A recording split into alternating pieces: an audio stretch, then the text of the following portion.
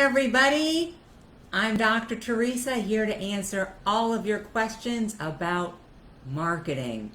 Welcome to my weekly series, Ask Me Anything. Started this a few weeks ago, had such an overwhelming response to it that I kicked it into full gear and decided, if this is what people want, this is what I will give. Some of you have known me a long time, and some I may have only met recently.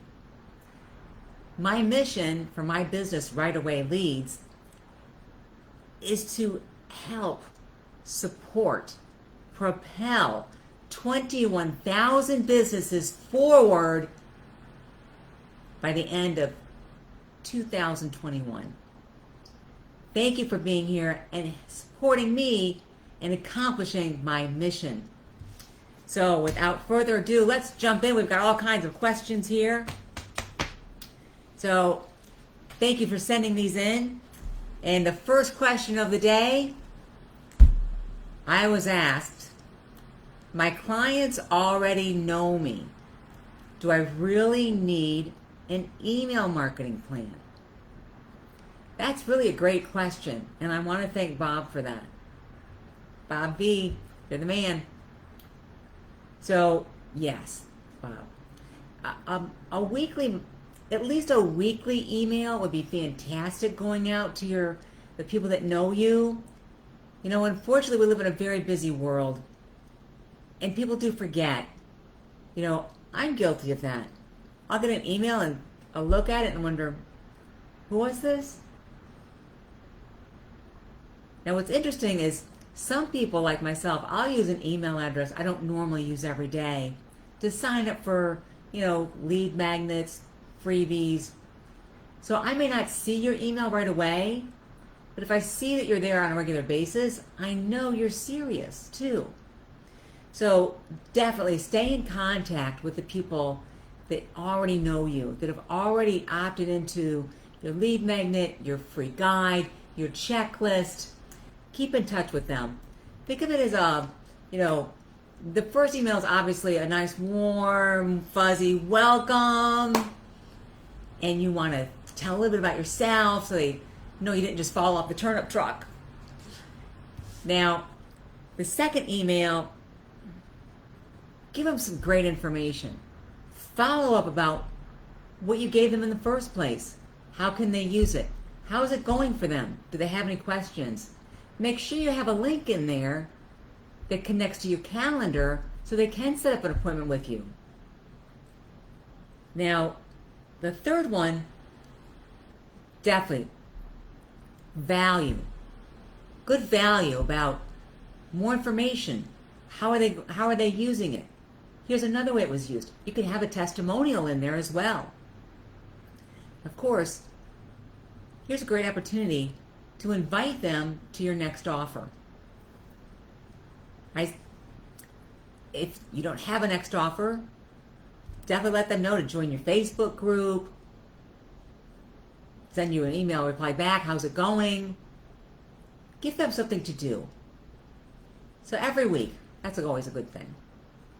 Okay. Second question. Dun, dun, dun. Question number 2. How exactly does an audience tie into an ad? Doesn't the ad simply get created and put out there? This is a great question. Because you know what? As business owners, marketing is not something you learn when you're learning how to run your business. Marketing is something different over here, and running your business is over there, right? So marketing is like when you see ads on television, those ads are timed to match. I shouldn't use the word match. Let me find a better word for you. Okay. The ads you see on television are for products and services that people who like that show would also want to buy or purchase. So for example, I'm a huge Jeopardy fan. May rest in peace, Alex Trebek. on Jeopardy, I'm always seeing advertisements about Medicare, AARP, some type of new pharmaceutical. And pharmaceuticals are for people that have degenerative diseases like arthritis, lack of vision, lack of brain acuity, and attention and focus, age-related degenerative diseases. That's the age group, the demographics that watch that show. I don't like to think of myself in that demographic, though, of course. That's not me. I'm still 26, right? Anyhow, pay attention, because if that same ad for AARP went out to a show that was geared towards a younger audience of millennials, I don't even know what that would be, it's really not going to have a lot of oomph, right? So here's the same thing. Think of that whole analogy, that whole process, that when you're watching a television, that ad is geared towards you. Ads online on social media, same concept. When you put your ad together, who would buy that? And what's really cool is inside Facebook, they have this super fantastic system for finding the audience, for selecting them. You can hand select who sees your ad. So that's a great question. I'm really, really glad this came to from Harvey. Harvey, thank you very much. So Harvey, that's how the ad and the audience tie in together. Otherwise, you could spend money on ads all day long and wonder why you're not getting clients or customers, or nobody's opting in for your fantastic opportunity that you have for them to learn more or to come watch you on a webinar so you can give them great information. Only if it applies to them. If it creates in their mind a solution to the problem that they're having. Gene Schwartz, one of the world's greatest copywriters, I'm studying his book right now, Breakthrough Advertising. If you're into marketing, I highly recommend it. Highly recommend it. Check out Brian Kurtz to get that book. Tell Brian I sent you over there. That Breakthrough Advertising book is phenomenal. And that's it. I'm thinking of it right now because that's what Gene Schwartz really dials into. He dials into, are you crystallizing in the mind of the viewer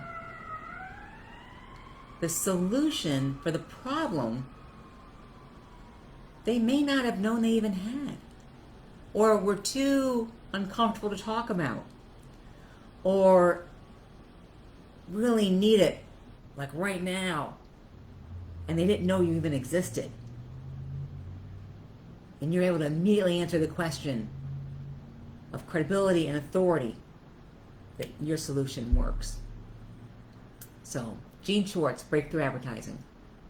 I have no affiliation to the book, nothing like that. Okay. This is an interesting question. This question is from Julie. Thank you, Julie. Julie says she's a little embarrassed to ask. Well, don't be embarrassed, Julie. The policy I have, and have always had, is there's nothing like a question that should not be asked. Because chances are someone else that is listening also would benefit from hearing the same question. And the answer as well, of course. The answer more than the question. Now, Julie asks, what is the funnel? Great question, Julie. Because you know what? When I started marketing it in an area called lead generation.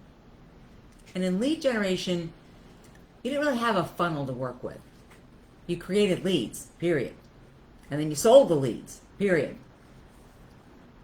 Now, in online marketing,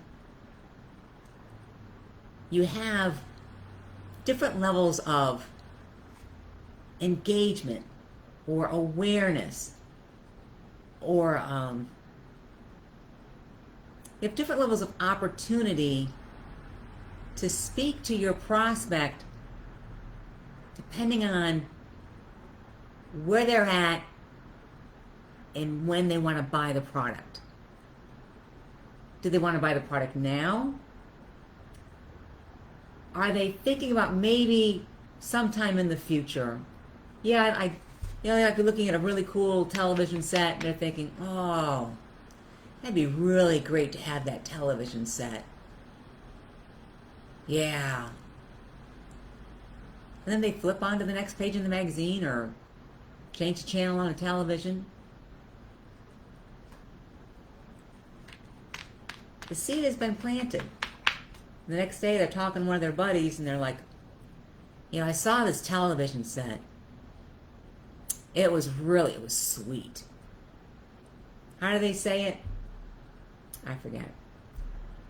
Okay, so the two guys are talking. They really like the television set. And the other guy's like, yeah, my buddy bought one, and it is the bomb. It's so crystal clear. You could see the sweat on the pores of the football players. It's so clear.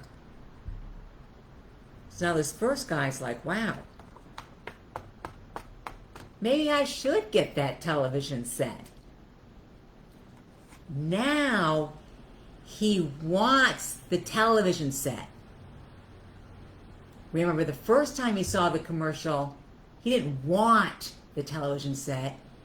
He said, well, that would be nice, and changed the channel. Now he wants that television set. He's watching TV.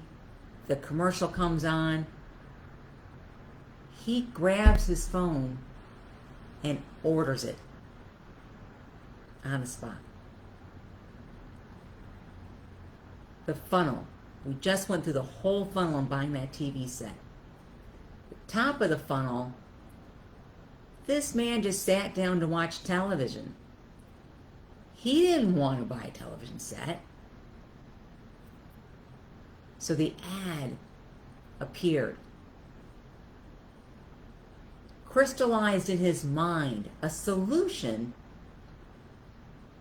that he might like. Something he might want to have. So he's gone from top of the funnel into the middle of the funnel.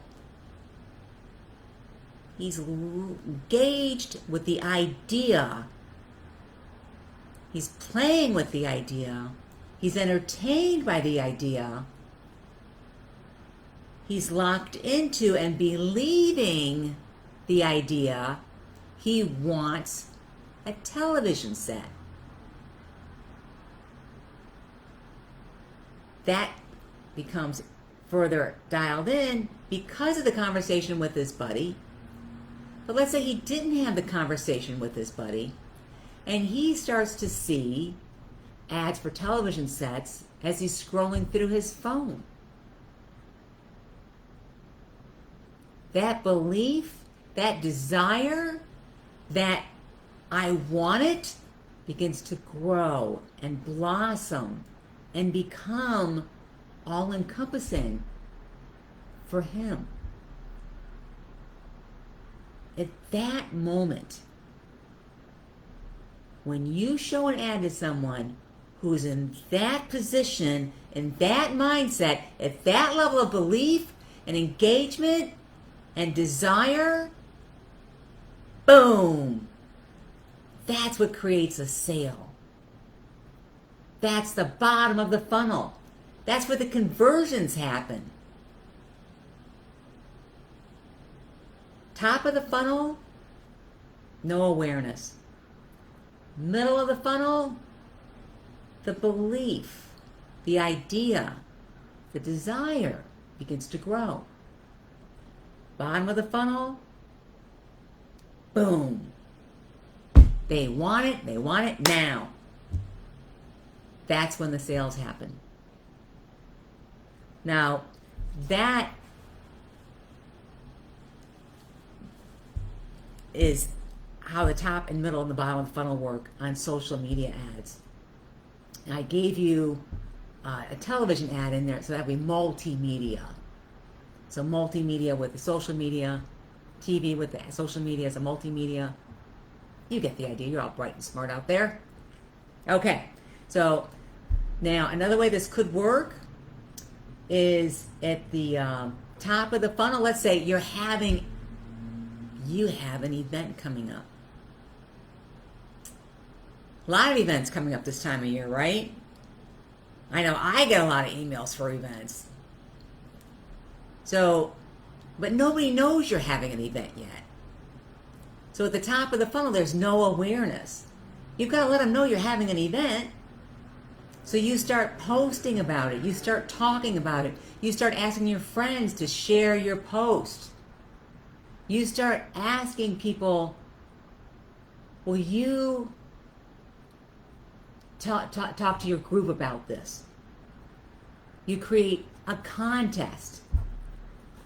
Who can invite as many people as they possibly can to your event? You're creating awareness.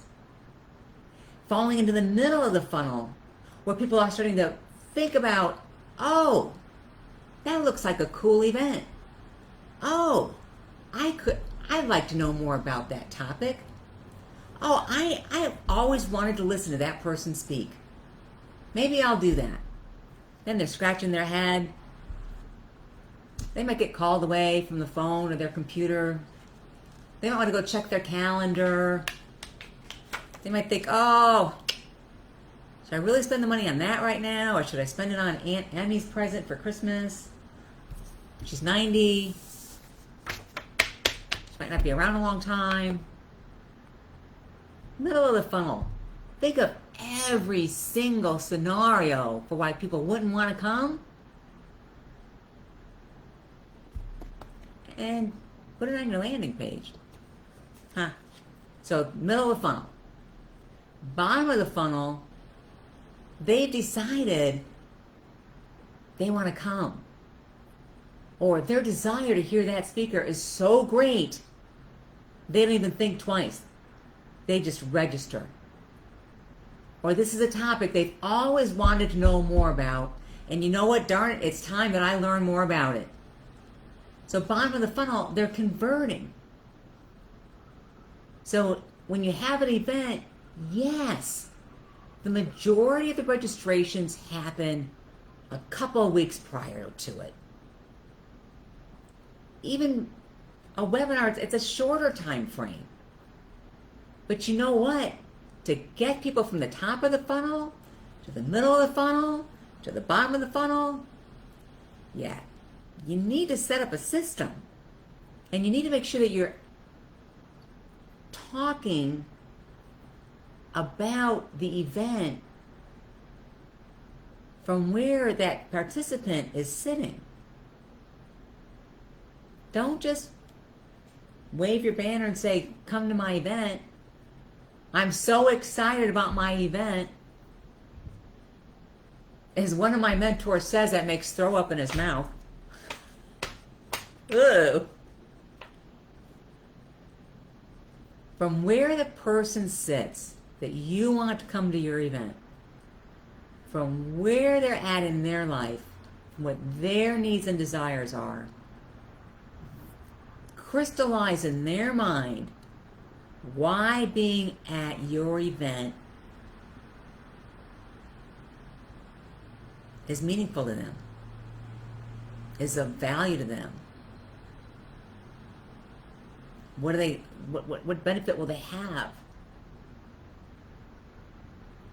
Yeah? Okay. So, top of the funnel, no awareness. Middle of the funnel, there's an awareness, engagement. They're starting to believe a little bit more that they want to be there. Bottom of the funnel, conversions. That's a great question. Thank you so much. I hope that was helpful. Okay. Now, Oh, Facebook's asking me to share this to groups. Well, you know what? When you're listening to this, and if you're listening to the replay, you can do this also. Share this with anybody you want. Share this with that person you know needs more information on marketing. Because as business owners, we should be all over this. You know what successful business people do? Seriously. Okay. Lean in here. Lean in. There you go. 100% attention. This is jaw-dropping. This will make you suck your breath in. Successful business people spend 60%, 60% of their time, money, and energy on marketing. 60% of their time is spent on marketing. Yeah. So share this. Share this with another business owner. I hope there's some golden nuggets in here for you. Okay, so it says cross-post to more pages. What other page should I cross-post to here? Well, how about my own page? How's that? Okay. There we go. We're cross-posting to pages now. Cross. Let's see if there's any other pages in here I should be sharing with. Okay. I don't see my Dr. Teresa page. Don't know why. So many ways to make this whole thing work, right? Okay. Great question here, Ted. Thank you. Ted asks, how often should I post to test an offer? How often should I post to test an offer? Great question. Now, some people might be asking, what do you mean post to test an offer? So I'll just kind of back it up and give like some background to the whole idea.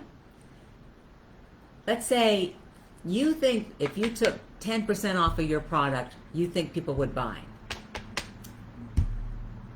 And someone you work with says,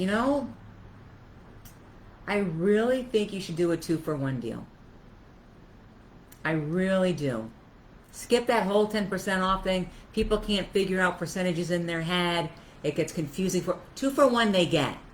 Half off, 50%. They get that 2-for-1. So this is what Ted's referring to here. What he's referring to is in a post, a regular social media post, he'll ask people, no, he can actually make the offer. He can make the offer right in the post with a link to where people can go and make the purchase. And then 3 weeks later, make the second offer. Buy 2, get 1 free. Again, with a link. See how people respond. Now, there is that whole polling option.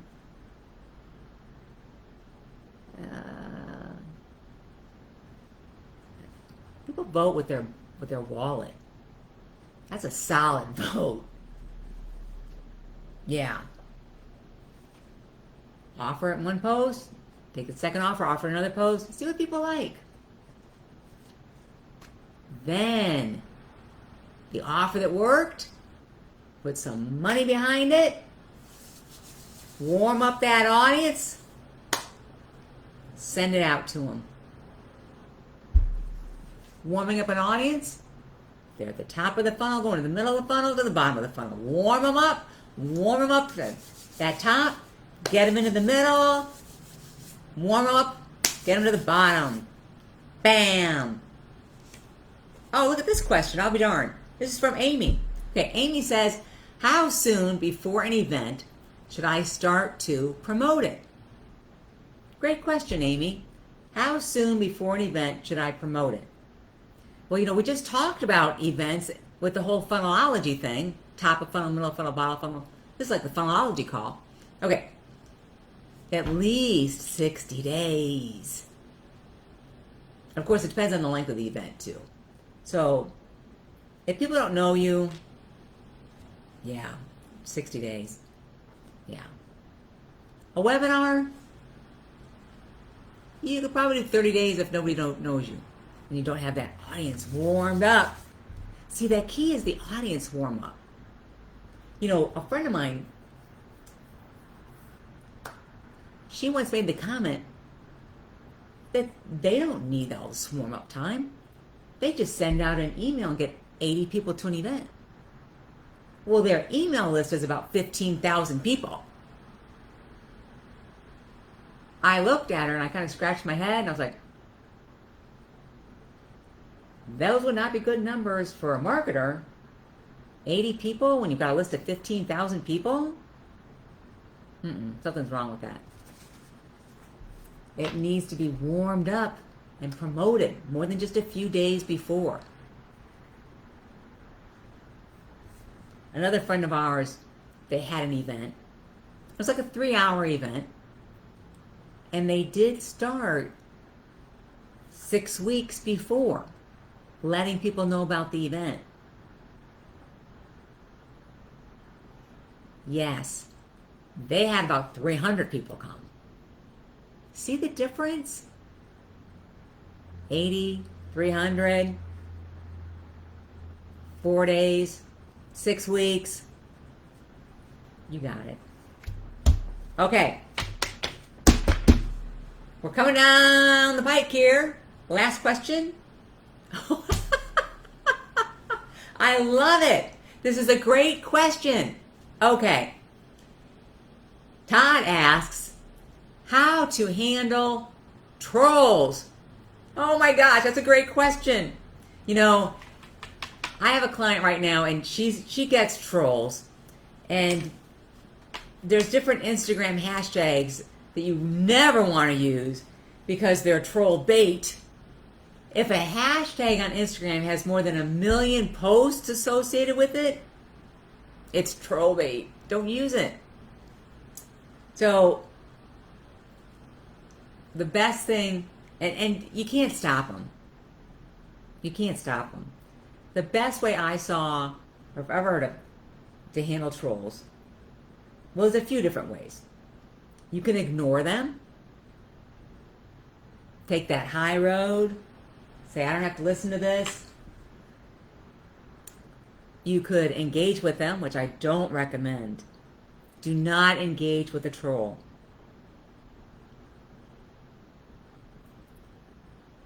Or, and this is my favorite, you know when you go to respond to a comment, and way over on the right-hand side, you get some options like emojis or a GIF. If you click on the GIF, you get a search bar. And if you put in that search bar, Ross Friends, I'm going to say it again, Ross, R-O-S-S, Friends, F-R-I-E-N-D-S.